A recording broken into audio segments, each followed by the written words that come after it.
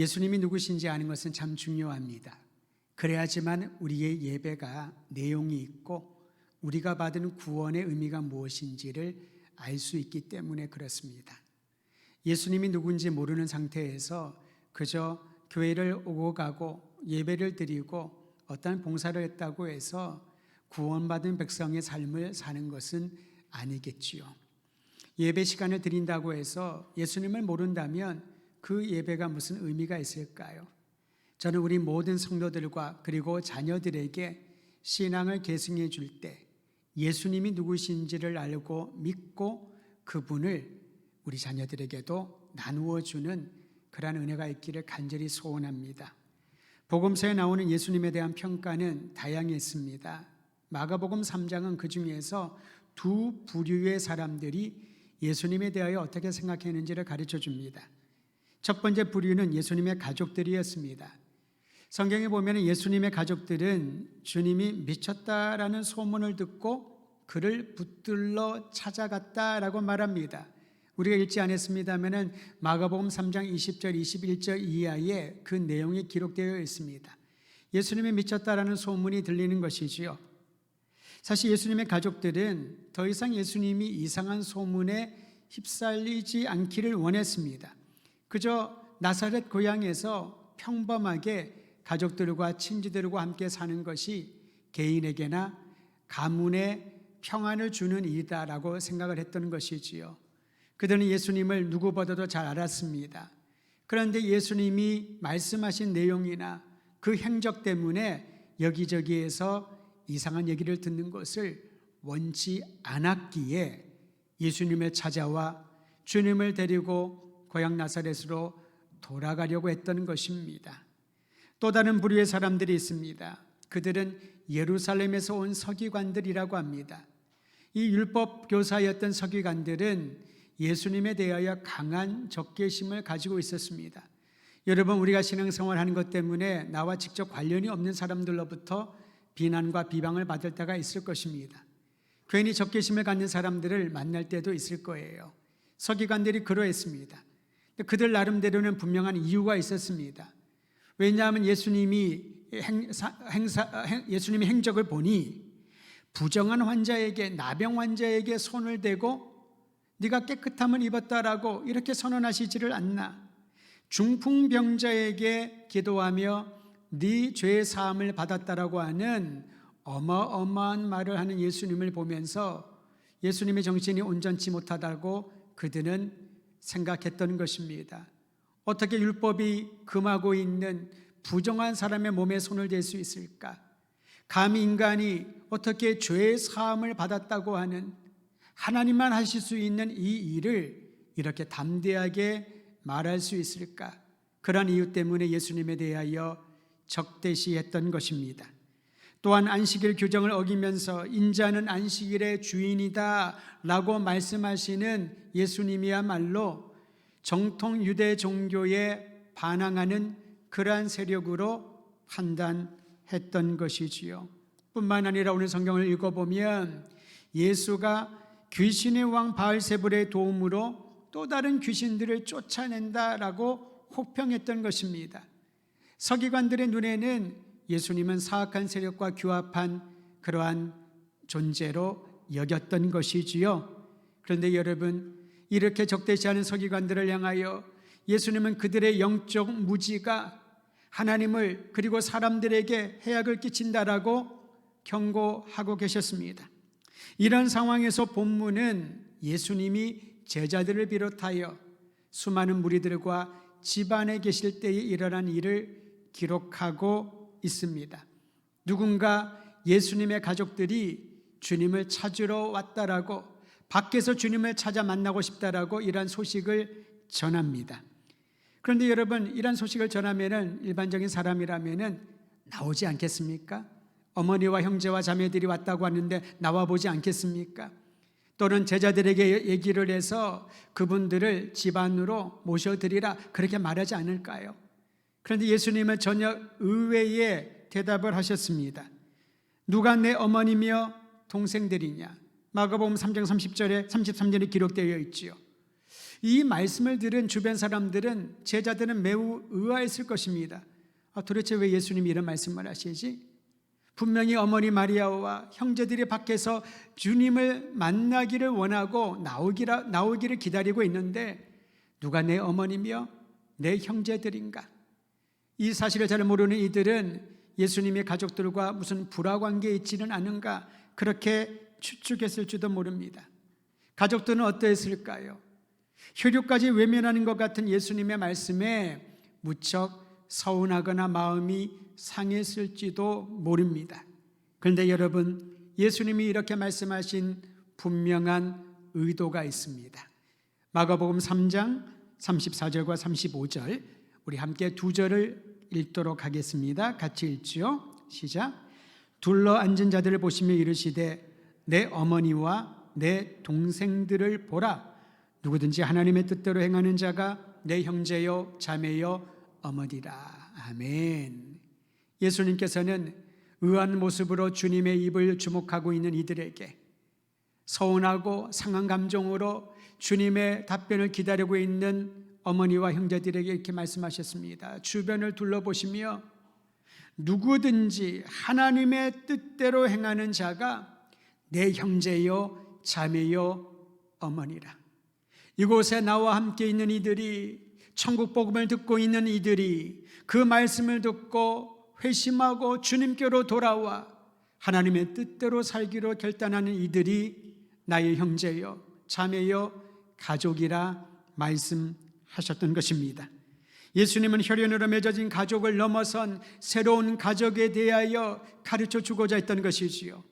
오늘 이 자리에 그리스도 예수의 이름으로 하나 되어 살아계신 하나님께 예배하는 성도 여러분, 우리의 성과 또한 혈연 관계는 전혀 다르다 할지라도 우리를 새로운 가족으로, 형제요 자매로 불러주신 주님의 놀라운 초청에 응하여 이곳에 함께 하신 줄을 믿고 하나님의 뜻대로 행하는 참된 그리스도의 가족으로 기뻐하며 살아가기를 간절히 소망합니다. 새로운 가족에 대하여 주님이 말씀하신 이 부분에서 이 새로운 가족은 무엇을 의미할까요? 새로운 가족은 예수님을 중심으로 깊은 결속력을 가진 이들이 바로 예수님의 가족이라는 것을 우리는 말씀을 통하여 배우게 됩니다. 본문에서 집이라고 하는 은유가 눈에 띕니다. 여러분, 집이라고 하는 이 단어는 소속감과 공동체성과 정체성을 우리에게 가르쳐 주는 것입니다. 내가 어디에 속해 있는지, 나는 누구인지, 나의 가족은 어떤 사람인지를 보여주는 그런 단어가 집이라고 하는 은유적인 표현이라는 것이지요. 예수님과 함께 그 집 안에 있는 이들은 그리스도 예수로 인하여서 이제 서로 연결되어 있는 가족이 된 것입니다. 반면에 예수님의 친족들은 주님을 밖에서 부르고 있지 않습니까? 집안에서 맺어진 새로운 가족의 결속력을 끊어버리고 이전 상태로 돌아오기를 원하는 것입니다. 복음으로 새로워진 신앙 공동체의 유대 관계를 끊어버리고 하는 것이 바로 집 밖에서 부르는 친족들의 음성이었습니다. 하지만 예수님께서는 그보다 비교할 수 없는 깊은 결속력을 가진 신앙의 공동체를 얼마나 소중한지를 가르쳐주고 있습니다. 오늘 이 시간 그리스도 예수 안에서 한 형제 자매가 된 성도 여러분, 우리를 불러주신 주님의 놀라운 사랑의 끈으로 하나 되어서 아버지 하나님의 영광을 위하여 살아가는 복된 인생 되시기를 주의 이름으로 부탁드립니다. 또한 새로운 가족은 하나님의 뜻대로 행하는 것에 가치를 둔다라고 말합니다. 누가 주님의 가족일까요? 하나님의 뜻대로 행하는 자가 주님의 가족이라는 것입니다. 사람들은 대부분 자신이 세우는 목표를 이루는 일에 인생의 의미를 부여하지요. 내가 좋아하는 일, 내가 원하는 일, 내가 가치 있다라고 여기는 일을 성취하면 나는 의미 있는 인생을 살았다라고 말할 것입니다. 반면에 내가 원하는 일, 내가 좋아하는 일이 하나도 이루어지지 않고 사회에서 말하는 가치 있는 일과는 무관한 그런 인생을 살아가면 나는 허무하게 살았다, 무의미한 인생이다, 그렇게 생각하지 않을까요? 그렇지 않습니다. 예수님의 가족이 된 이들이 주안점을 두어야 할 부분은 하나님의 뜻을 이루고 그 뜻에 순종하는 일인 줄 믿으시기를 바랍니다. 유진 피터스는 메시지 바이블이라는 성경에서 이 35절 말씀을 매우 독특하게 번역을 했는데요, 제가 그 번역본을 한번 읽어드립니다. 35절입니다. 순종이 피보다 진하다. 하나님의 뜻에 순종하는 사람이 내 형제여 자매여 어머니다. 여러분, 우리는 피가 물보다 진하다고 말하지 않습니까? 혈육의 정이 세상에 가장 고귀하다는 말이기도 합니다. 근데 성경은 우리에게 다른 부분들을 얘기를 합니다. 혈육이 중요한 건 사실입니다. 그러나 피보다 더 중요한 것이 있으니 곧 하나님의 뜻에 순종한다라는 것이지요. 예수님 안에서 새로운 가족된 이들이 인생의 우선권으로 두어야 할 것이 하나님의 뜻을 알고 하나님의 일을 수행하는 것인 줄을 믿고, 여러분 그러한 삶 살기를 간절히 원합니다. 하나님의 뜻은 무엇일까요? 잃어버린 영혼이 돌아와 구원의 감격을 누리는 것입니다. 하나님의 일은 예수가 그리스도라는 이 복음을 믿고 만민에게 증거하는 것이지요. 생명이 있는 자는 그 생명의 가치를 알 것입니다. 그러나 영원한 생명이 없는 이들에게는 그저 육적인 생명을 충족시키는 일에 머물며 시간을 허비할 것입니다. 사랑하는 성도 여러분, 하나님의 뜻대로 순종하는 이들에게 하나님의 일, 곧 잃어버린 영혼들이 구원받은 하나님의 자녀되는 이 복되고 아름다운 자리에 함께 동참하여 이 일을 감당하기를 우리 주의 이름으로 축원드립니다. 설명절을 맞이하여 가족들을 만나겠지요. 친제들을 만날 것입니다.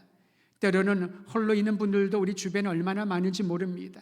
하지만 그리스도 예수 안에서 우리가 가족인 줄을 알고 서로를 돌아보고 이 아름다운 가족애를 경험하는 복된 명절 보내시기를 간절히 소망합니다.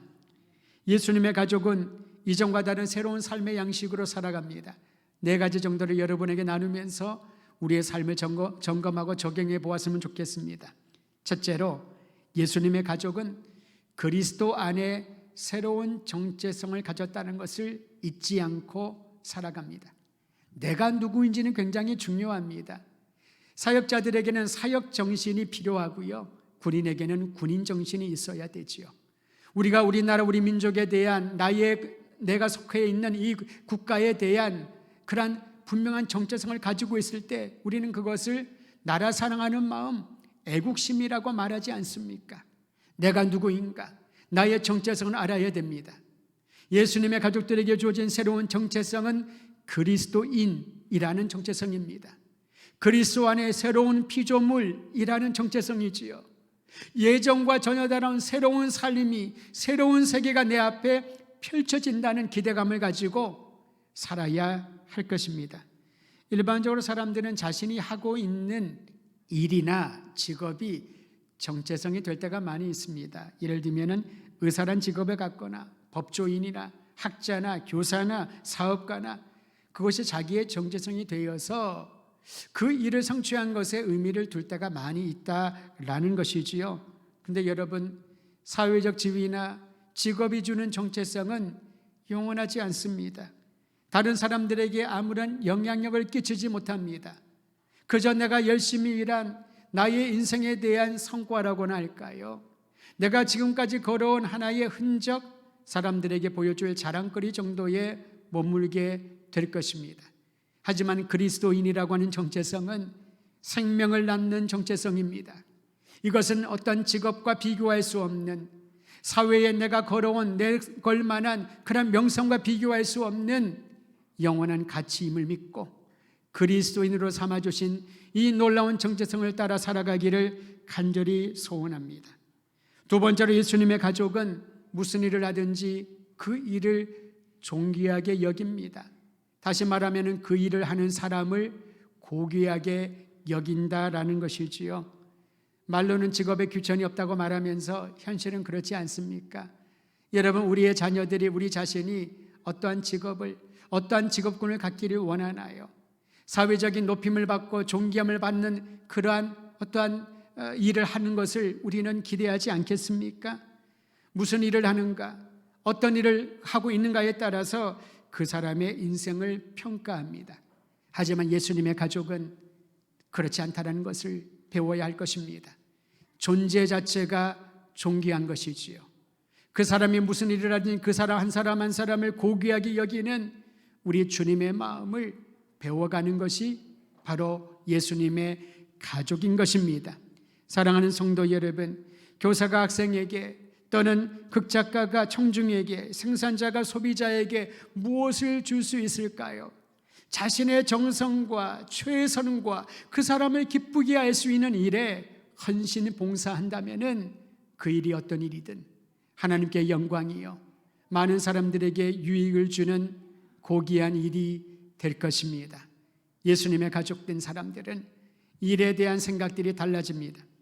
세 번째로 예수님의 가족은 세상의 도덕적인 나침반을 제공합니다. 성경은 세상을 피폐하게 하고 비도덕적으로 만드는 요인을 거짓이라고 분명하게 말하고 있습니다. 여러분, 세상이 아름답지 못하는 이유가 어디에 있을까요? 이 세상이 피폐해지고 메말라지는 이유가 어디에 있을까요?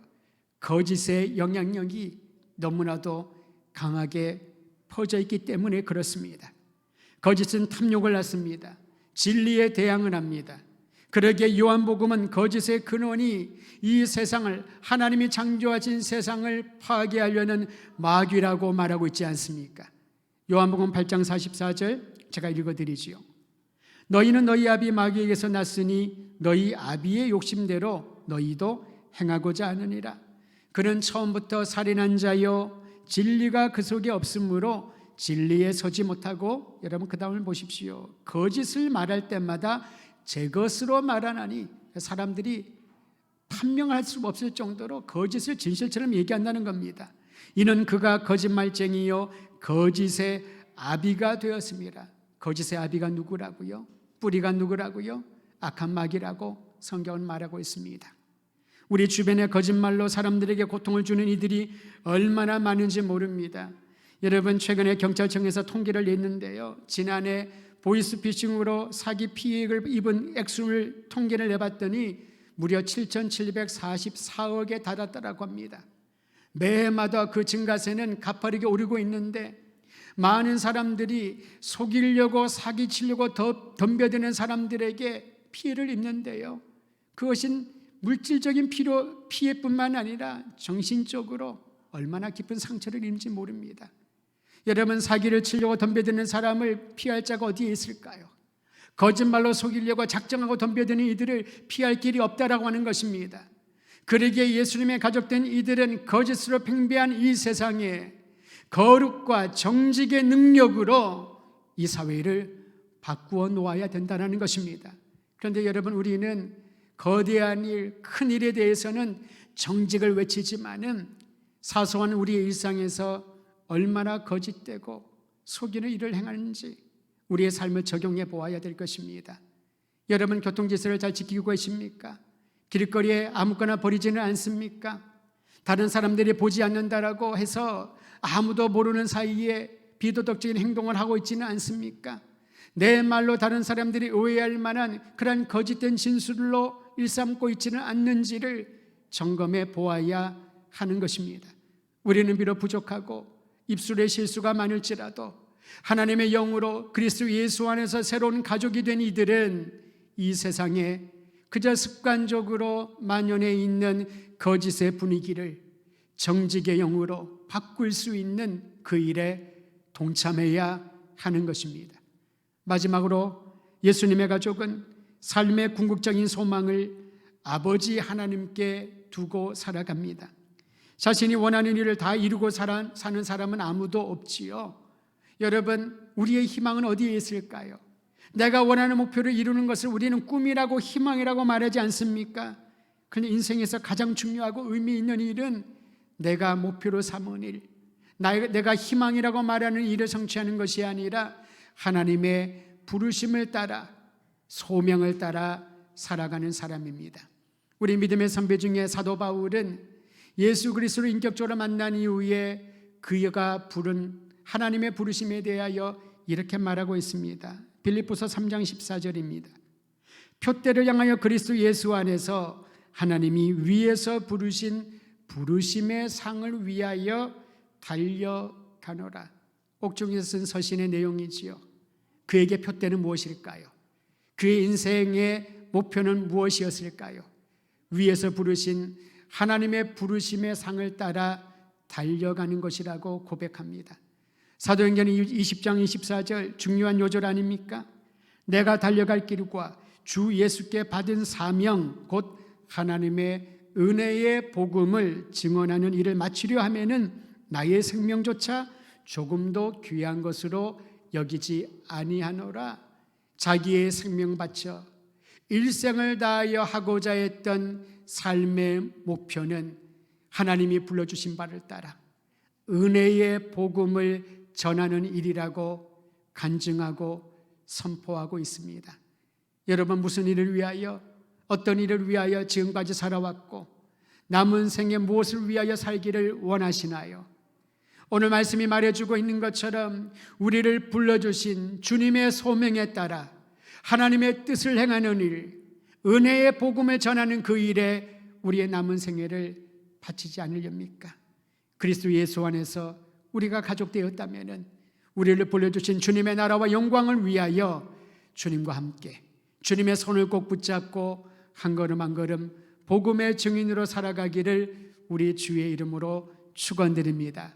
이번 한 주간 동안 많은 이들을 만나게 될 것입니다. 또는 여러분이 있는 자리에서 개인의 시간을 보낼 때에 우리에게 아버지 되시고 우리에게 참된 가족을 삼아주신 주님의 은혜를 기억하며 승리와 기쁨의 감격을 누리는 복된 하루하루 되시기를 우리 주의 이름으로 축원드립니다.